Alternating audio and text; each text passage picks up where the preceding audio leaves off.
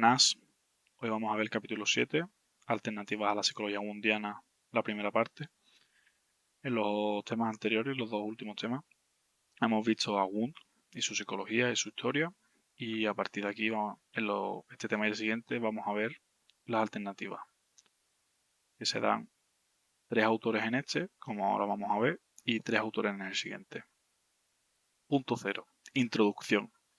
Paralelamente al esfuerzo de Wundt por sentar las bases sistemáticas e institucionales de la psicología, surgen reacciones y alternativas a los planteamientos wundianos. Dichas alternativas suponen un anuncio del sínodo bélico, a finales del siglo XIX, que suponen las bases de la psicología moderna. En este apartado veremos las alternativas wundianas de estos 3 psicólogos: Frank Brentano, psicología del acto; Carl Stumm, psicología experimental, fenomenología; y Wilhelm Dilthey, ciencias del espíritu. ¿Vale? Vamos a ver y a dar estos tres autores. Punto 1. La psicología del acto. Frank Brentano. Una de las alternativas es la del filósofo y psicólogo alemán Frank Brentano, de 1838 a 1917, sacerdote católico y profesor de las universidades de Würzburgo y Viena, destacando su obra capital, La psicología desde el punto de vista empírico, en 1874. Su interés por la psicología era devolver a la filosofía el esplendor que había perdido desde Kant, como Wundt. Esto es importante. Lo que quería Brentano era devolver a la filosofía el esplendor que había perdido desde Kant. A los excesos especulativos cometidos por el pensamiento idealista alemán había que oponer una filosofía científica. Era precisamente la psicología la que podía proporcionar a la filosofía el fundamento científico que estaba reclamando. Brentano reconocía que la psicología de su tiempo no estaba a la altura de semejante misión. Debido a las numerosas tendencias enfrentadas, cualquier afirmación sobre lo psíquico resultaba inmediatamente cuestionada desde uno o desde otro sector. Hizo frente a esa situación delimitando su ámbito propio, definiendo su objeto y sentando así las bases de una psicología verdaderamente científica, capaz de sustituir a todas las demás. Esta parte es importante, donde definía su objeto y sentando así las bases de una psicología verdaderamente científica, capaz de sustituir a todas las demás. Es decir, definir el objeto y crear la psicología. Psicología como ciencia de los fenómenos psíquicos, conocida como fenomenismo. Esta parte es muy importante, el fenomenismo. ¿Y qué es el fenomenismo? La doctrina filosófica que sostiene que la única realidad que puede conocerse es el fenómeno, que es aquello que se da por la experiencia. Fenomenismo de fenómeno. ¿En qué consisten los fenómenos psíquicos? Todo fenómeno psíquico está caracterizado por lo que los escolásticos de la Edad Media han llamado la inexistencia intencional o mental de un objeto, y que nosotros lo llamaríamos la referencia en contenido, la dirección hacia un objeto o la objetividad inmanente.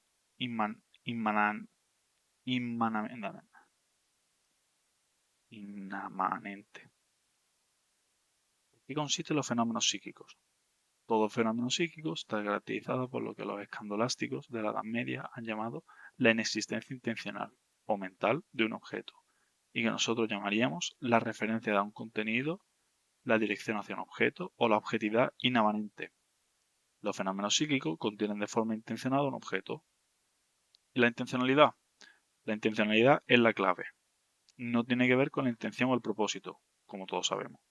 Tiene que ver con la referencia en contenido. Importante esta parte, la intencionalidad tiene que ver con la referencia en contenido. Y Brentano la distingue entre 1. Objetos o contenido, la parte objetiva a que remite todo fenómeno psíquico, o 2. La acción, la parte subjetiva de dirigirse o referirse a ello.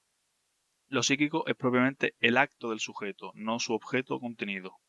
Importante toda esta parte, ¿vale?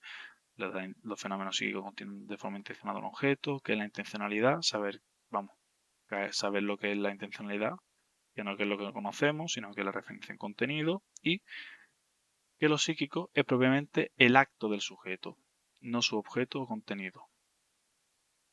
Se trata de un acto relacional que vincula a sujeto y objeto en una estructura que los refiere mutuamente. Pero no todos los fenómenos psíquicos contienen sus objetos del mismo modo. Frank Brentano distinguió 3 tipos de fenómenos psíquicos. Ahora en este cuadro vamos a ver los 3 tipos de fenómenos psíquicos que Brentano distinguió. Fenómenos psíquicos. Representaciones juicios y actos de amor y odio. Esta parte también es bastante importante, ¿vale? Que suelen caer en el examen los tres fenómenos psíquicos. Representaciones. Presencia mental real o no real. Todos los fenómenos psíquicos o son representaciones o se basan en ellas. Tipo de perfección. Actividad representativa. Contemplación de la belleza. Estética. Las representaciones están unidas a la estética, que es la contemplación de la belleza. Los juicios. Aceptar como verdadero, rechazar como falso. Actividad judicativa. Conocimiento de la verdad. Ciencia. Los juicios con la ciencia. Y actos de amor y odio. Admitir como bueno valioso, rechazar como malo carente. Actividad amatoria. Amor al bien por sí mismo. La ética. Donde tenemos que las representaciones están con la estética, los juicios con la ciencia y los actos de amor y odio con la ética. Dichos fenómenos psíquicos se encuentran entrelazados, esos tres. No hay acto psíquico en el que no estén los tres en alguna medida implicados. La estética, la ciencia y la ética encontrarán así su raíz y su justificación en una psicología que se convertirá en la ciencia fundante de todas las disciplinas no físicas. Tanto Wundt como Brentano buscaban convertir la psicología en una auténtica ciencia empírica, interesada en ciertos fenómenos de la experiencia y desatendida en cambio de supuestas sustancias, el alma. Se distinguen dos grandes partes o tareas de la psicología. Parte importante. Uno, la psicología descriptiva, la psicognosia, que era definir y clasificar los fenómenos psíquicos. Y dos, la psicología genética, descubrir la génesis o condiciones causales de los fenómenos. Ahora en este cuadrito vamos a ver las diferencias entre Brentano y Wundt con lo que hemos visto. Brentano, psicología descriptiva, la psiconosia, que es la psiconosia, definir y clasificar los fenómenos psíquicos. Wundt, psicología genética, lo que hemos visto arriba, descubrir la génesis o condiciones causales de los fenómenos. El acto intencional define lo psíquico, hemos visto lo de la psicología del acto, se tiene representar, juzgar y desear. Y Wundt, contenido de la conciencia, lo representado, lo juzgado y lo deseado. Brentano rechaza la introspección y Wundt la acepta. Brentano la rechaza, emplea una experimentación más empírica, más científica. Y Wundt, que la acepta, emplea la autoobservación y el histórico comparativo. Brentano tuvo menor difusión, supuso un ejercicio de propedéutica y Wundt una mayor difusión. Brentano tuvo numerosos discípulos, entre los que destacan Edmund Husserl, que es padre de la fenomenología, Alexius Menoing, Christian von Ehrenfeld, teórico de las cualidades gestálticas, y Carl Stumpf, que es el que vamos a ver ahora, fundador y director del Instituto Psicológico de Berlín, en Alemania. Punto número 2. Psicología experimental y fenomenología. Carl Stumpf. Psicólogo y filósofo alemán, Carl Stumpf, desde 1848 a 1936, inició su estudio universitario en la psicología de Wurzburgo, donde recibió la enseñanza de Franz Brentano. Por recomendación de Brentano, se trasladó a Gotinga para continuar allí su formación, bajo la dirección del fisiólogo y psicólogo Hermann Lotze, de 1817 a 81, con quien se doctoró en el 68. Allí entró en contacto con los padres de la psicofísica, Ernst H. Weber y Gustav T. Fechner. Tras habilitarse como docente, sucedió a Brentano a la cátedra de Wurzburgo, culminando con su nombramiento como catedrático de filosofía en la Universidad de Berlín en 1893. Fue una figura clave en el establecimiento de la psicología como disciplina independiente. Stumpf fue clave en la psicología como disciplina independiente, pero la independencia lograda no pretendía sino ser puramente externa o institucional, ya que desde el punto de vista interno teórico, Stumpf abogó siempre por mantener la psicología estrechamente vinculada a la filosofía, como Wilhelm Wundt. Parte importante, donde vemos que Stumpf intentó mantener la psicología vinculada a la filosofía como hizo Wundt. Como Franz Brentano, Stumpf fue un empirista convencido que rechazaba las grandes construcciones especulativas de la filosofía idealista. Su empirismo incorporaba además una exigencia experimental. El materialismo empírico reclamaba la experimentación tanto para poder analizarse de manera adecuada y fiable como para hacer posible su reproducción y comprobación posterior por parte de otros sujetos, es decir, para hacer metodológicamente válida su utilización científica. Destacamos su obra sobre el origen psicológico de la representación del espacio en 1873 y la psicología de los sonidos en 1883 el primer volumen y en 1890 el segundo volumen. En esta última aborda cuestiones como la determinación de los sonidos puros, el fenómeno de la consonancia y el oído musical. Para estos estudios, Sturm creía necesario contar con observadores fiables que estuvieran entrenados. Parte importante. Sturm necesitaba contar con observadores fiables que estuvieran entrenados, donde en este tipo de discriminaciones perceptivas lo que lleva a enfrentarle con Wundt por el empleo de aparatos y métodos psicofísicos en sus estudios experimentales de laboratorio. Wundt pensaba distinto. Sturm aceptó la distinción brentiana entre el acto psíquico y su objeto. Importante parte. Y consideró que los actos de la que la psicología debía ocuparse. Según él, el estudio de los actos, funciones psíquicas, debía necesariamente presidir del estudio de sus contenidos. Vamos, de los contenidos van los actos. Vemos este cuadrito, bastante importante, ¿vale? De lo más importante es los contenidos. ¿Qué son los contenidos? Los fenómenos. ¿Y su estudio cuál es? La fenomenología, como hemos visto antes con Brentano. Hay dos tipos de fenómenos. Fenómenos primarios, contenido inmediato recogido por los sentidos, y fenómenos secundarios. Son imágenes que la memoria nos da de los fenómenos primarios. Contenidos no mentales, los constructos. ¿Cuál era su estudio? Lo realiza la eideología. No se dan o representan la mente, sino son fruto de su actividad. Son un total de 4 constructos, agregados, conceptos, juicios y valores. La relación entre fenómenos y constructos. El estudio lo realiza la doctrina de las relaciones. Sturm considera la fenomenología como el primer paso para acceder al estudio de cualquier ciencia. Las obras que le consolidaron como psicólogo experimental eran fenomenológicas. Entre las funciones psíquicas, Sturm distinguía dos tipos. Vemos estos cuadros donde lo distinguía dos tipos. Funciones psíquicas intelectuales y funciones psíquicas emocionales. En las intelectuales tenemos aquí una especie de triángulo al revés, o sí, pirámide al revés, donde vemos que va de mayor a menor. Percibir, asociar, concebir y juzgar. En las emociones, ¿qué dos tipos hay? Pasivas y activas. Las pasivas, hay dos tipos, los sentimientos elementales y las emociones. Y dentro de los sentimientos elementales, los perceptivos y los funcionales. En las emociones activas, las volitivas, las que tienen volición, voluntariedad, los impulsos, los deseos y la voluntad. En la historia del movimiento fenomenológico, Sturm ocupa un lugar singular. Fue maestro de Edmund Husserl, cabeza más visible del movimiento. Promovió una descripción desprejuiciada de la experiencia inmediata que se esforzó por apuntalar mediante procedimientos experimentales que hicieran más fácil la observación y variación de fenómenos, así como su comunicación intersubjetiva. Carl Sturm tuvo una fenomenología experimental, importante esta parte. Carl Sturm tuvo una fenomenología experimental que contribuyó a enriquecer el conocimiento descriptivo del sonido e influyó en los líderes de la escuela de la Gestalt, que lo veremos un poquito más adelante. Tuvo gran presencia institucional a lo largo de su carrera. Destacamos su nombramiento como presidente en una comisión oficial para investigar a Hans el Listo, un caballo capaz de contar o realizar operaciones matemáticas sencillas, respondiendo con las patas y moviendo con la cabeza. Los autoformes finales de Oscar Schunz concluían que el caballo había aprendido a registrar pequeños movimientos involuntarios de su estador.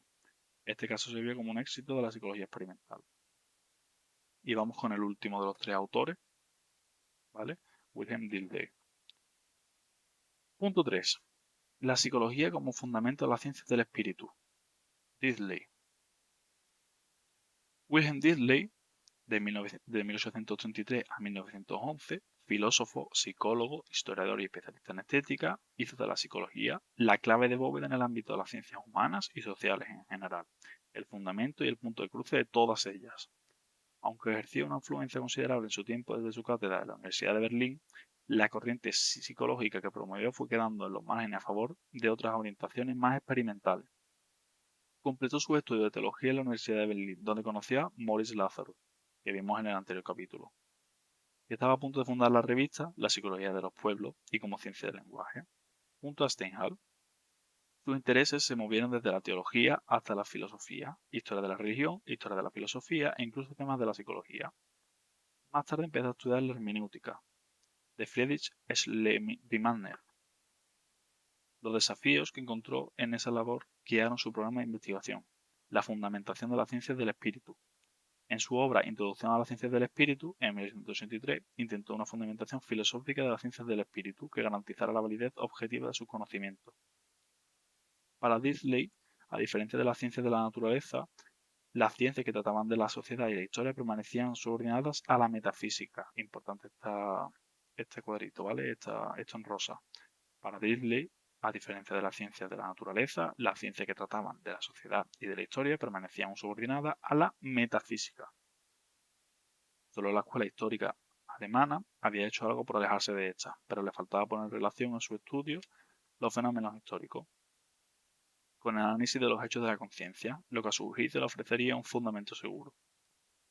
A pesar de estar de acuerdo con muchos puntos de la teoría de conocimiento de Locke, Jung y Kant, señaló sus limitaciones, su atención exclusiva a los elementos representacionales a la hora de aplicar la experiencia y el conocimiento, obviando el papel de los sentimientos y actos de voluntad. Se preocupó ocuparse del hombre entero, otorgando a la psicología un lugar de primer orden. Psicología como la más básica de las ciencias del espíritu, organizada en tres clases: psicología centrada en el individuo, psicología centrada en los sistemas culturales, lenguaje, religión, derecho, etc. y psicología centrada en la organización social externa, asociaciones, etc. La realidad histórico-social solo puede analizar desarticulando los sistemas culturales para analizar su entramado, que es la conexión psíquica de los hombres que operan entre dichos sistemas.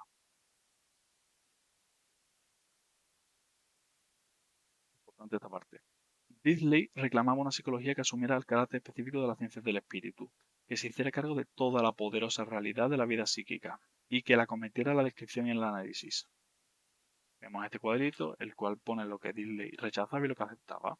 ¿Qué rechazaba? La psicología natural, matemático-racional. ¿De qué carácter? Carácter deductivo. ¿Y qué aceptaba? La psicología concreta, empírica o antropología. Carácter observacional. Unidades de vida, individuos, a partir de ello que constituyen la realidad social. ¿Qué rechazaba también? La psicología explicativa, hecho que se presenta desde fuera, las ciencias naturales. ¿Qué aceptaba? La psicología descriptiva, hecho que se presentaban desde dentro, las ciencias del espíritu, ¿vale? Por eso se llama su psicología la ciencia del espíritu, porque aceptaba lo de dentro. El desarrollo de una psicología capaz de servir de fundamento a las ciencias del espíritu lo llevaría a cabo en una obra posterior, Ideas para una psicología descriptiva y analítica, en 1894.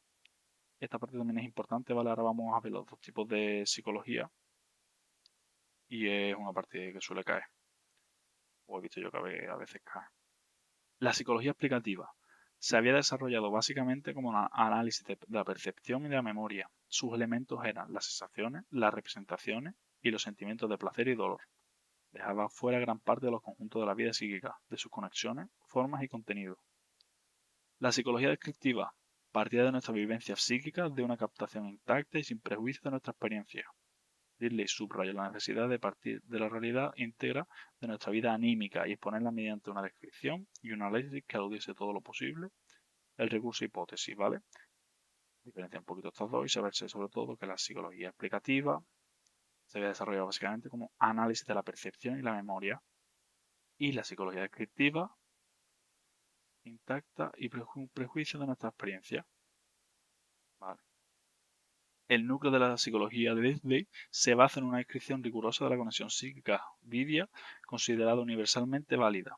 A partir de ahí separaba el análisis de la realidad total, metiendo como un proceso de desarticulación de la experiencia, donde las partes nunca deben perder su referencia a la conexión íntegra de la que forman parte. Este es el cuadrito y estas tres líneas bastante importantes, que era el núcleo de la psicología de Disley. Además, el análisis debía mostrar la dependencia de los procesos con respecto al conjunto histórico y social más amplio que pertenecen, a lo que llamó la conexión adquirida. Importante esta palabra, conexión adquirida. Disley distingue tres partes en su psicología. 1. Conexión estructural de la vida psíquica. 2. La ley del desarrollo. Y 3. La conexión adquirida de la vida psíquica. Ahora vamos a leer un poquito cada una. Las tres partes en la psicología de Disley. Número 1. Conexión estructural de la vida psíquica. Se centra en el análisis de la conciencia y sus estados, donde se vinculan los procesos intelectivos, volitivos, afectivos e impulsivos, siendo estos Último es el motor y centro de nuestra vida psíquica. Segunda, la ley del desarrollo de la vida psíquica. Establece el curso de la historia evolutiva de un individuo desde la infancia hasta la vejez, en un proceso de adaptación creciente, donde los impulsos más elementales van dejando paso a otros superiores. Y por último, la tercera, la conexión adquirida de la vida psíquica, que constituye el objeto principal de la conciencia de Disley. Se diferencia de la estructural porque se da en un plano externo, fuera de la conciencia clara y por tanto fuera de la percepción interna. ¿Vale?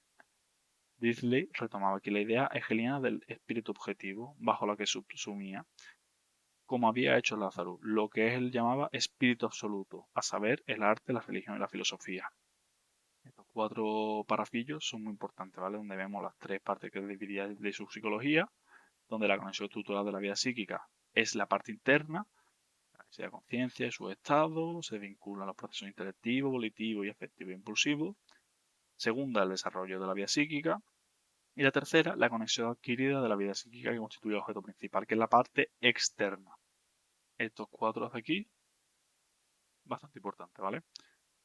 Más adelante ofrecería un último esfuerzo de sistematización de su propuesta a través de 3 conceptos fundamentales para Disley: experiencia vivida, expresión y comprensión. Fundamentales estos 3 conceptos. Fenomenología y psicología de los pueblos. El proyecto de Disley estaba a la vez a la línea de la psicología de los pueblos, a pesar de creer que el concepto del espíritu de los pueblos, empleado por Lázaro Steinhall, desatendía la experiencia vivida del individuo. Importante esta última parte. Este primer párrafo es importante. El proyecto de Disley está a la vez en la línea de la psicología de los pueblos, a pesar de creer que el concepto del espíritu de los pueblos, empleado por Lázaro Steinhall, desatendía la experiencia vivida del individuo. Sin embargo, cuando Disley incorporó su psicología descriptiva en el análisis de los productos del espíritu objetivo, estaba retomando la reelaboración de los conceptos hegelianos que había llevado a cabo Lázaro. Por otro lado, la batalla de Disley contra la psicología explicativa encontró una respuesta inmediata en Hermann Ebbinghaus, el de la memoria, el que en un, ese es el capítulo, creo que el capítulo siguiente vamos a ver de él. A su juicio, Disley no hacía justicia a las diferentes corrientes de la psicología de su época ni al asociacionismo. La psicología de Disley no consiguió proporcionar un contrapeso suficiente a la psicología del corte más experimental. Fue leído y discutido por Edmund Husserl y Martin Heidegger, proporcionando así el desarrollo de una filosofía de la existencia. En los últimos años, el giro lingüístico de las ciencias sociales y el renovado interés por la hermenéutica y la comprensión han contribuido a su recuperación.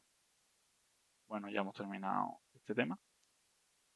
Voy a dejar por aquí un poquito el resumen de este capítulo cortito, donde vienen estos 3 autores: Brentano, con la psicología del acto, fenomenología, de la representación en los juicios del amor que vimos, Stum, la fenomenología experimental, los constructos y los fenómenos, y Disley, la psicología como ciencia del espíritu, donde hemos visto mmm, cómo se llevaba con la psicología de los pueblos, que rechaza el carácter eruptivo y observacional, y bueno, las 3 partes de la psicología, por ejemplo.